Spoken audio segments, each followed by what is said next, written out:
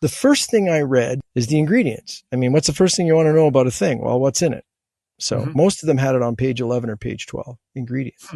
This is what was so obvious immediately at that moment. I didn't need to go down the hall and check anything. I did learn a lot more about it for sure, but it was not a vaccine. A vaccine is a few hundred or a few thousand particles of the thing you're vaccinating against. Like that's why I say, an attenuated virus. So you give people a couple hundred, a couple thousand damaged, modified, weakened, fragmented viruses that you're trying to vaccinate against. Now, it's a questionable science in and of itself. However, this thing was this was pegylated lipid nanoparticles containing modified messenger RNA. That's genetic stuff. And within an hour, what you could say is, they've come up with a well-founded. Pegylated nanoparticles were used in the past as experiments on like brain cancers, because you could deliver anything you put in a pegylated lipid nanoparticle will go everywhere in the body. Nothing stops. What is pegylated, Gene?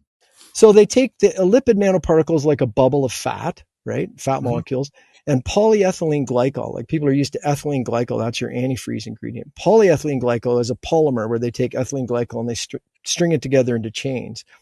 So these lipid nanoparticles that have the genetic payload in them, these tiny particles are little bubbles of fat. And on the outer surface of the fat, there's all these little tails of polyethylene glycol.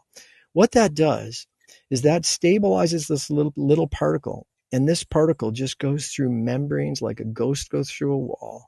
So what that means is, like, if you inject somebody with genetic material, the body's going to destroy it pretty much, right? But if you inject it inside a pegylated lipid nanoparticle, it's going to go everywhere in their body, every cell, nothing, like no tissue is blocked. In through the blood-brain barrier. Through the blood-brain barrier, through the placenta barrier, through the unborn child's blood-brain barrier, into an unborn baby's ovaries, everywhere. Like you inject this, it goes everywhere.